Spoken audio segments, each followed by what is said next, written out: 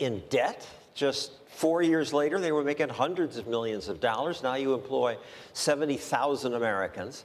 What did you do that your predecessor didn't?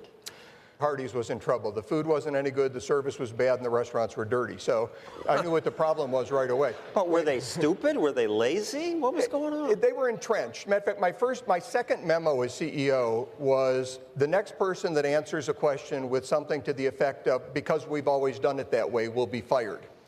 Just to let you know how bad things were, my first memo was no more people behind the counter unless they have all their teeth. So it was a...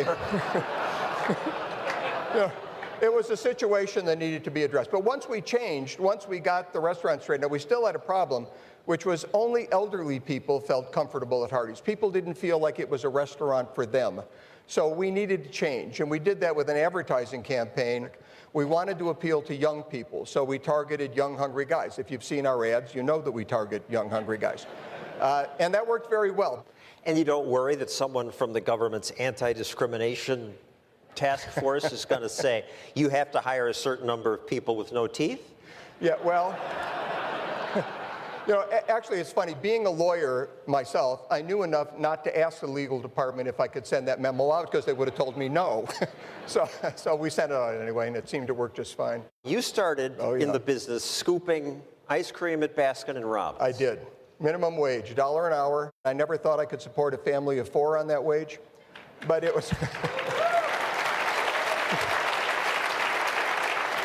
And I learned a lot. I learned about customer service. I learned about inventory. That was a good background for me, a good start, a good first step on that ladder.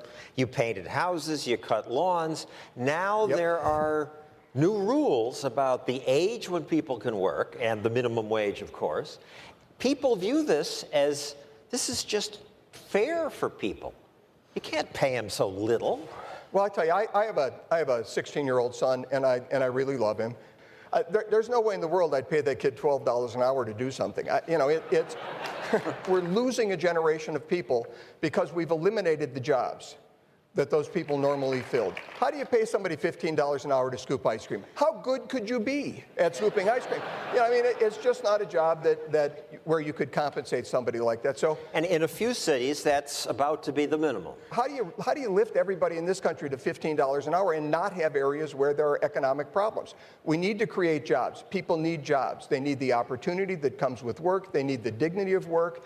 That's what I experienced. That's what Steve Wynn experienced. That's what I'm sure most of you experienced.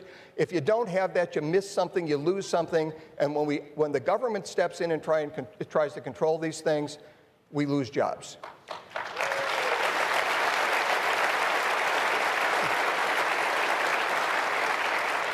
The only way that you can reduce poverty and increase opportunity is economic growth. That's it. The government can't do it. You need economic growth. And there's one system in the history of the world that produces enough economic growth to meaningfully reduce poverty and meaningfully increase opportunity, and that's free market capitalism.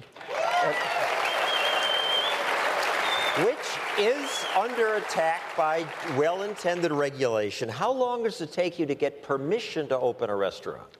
We have restaurants in 33 countries and 45 states. And in Texas, it's 60 days. Which is the success, but it's still 2 months. Yeah.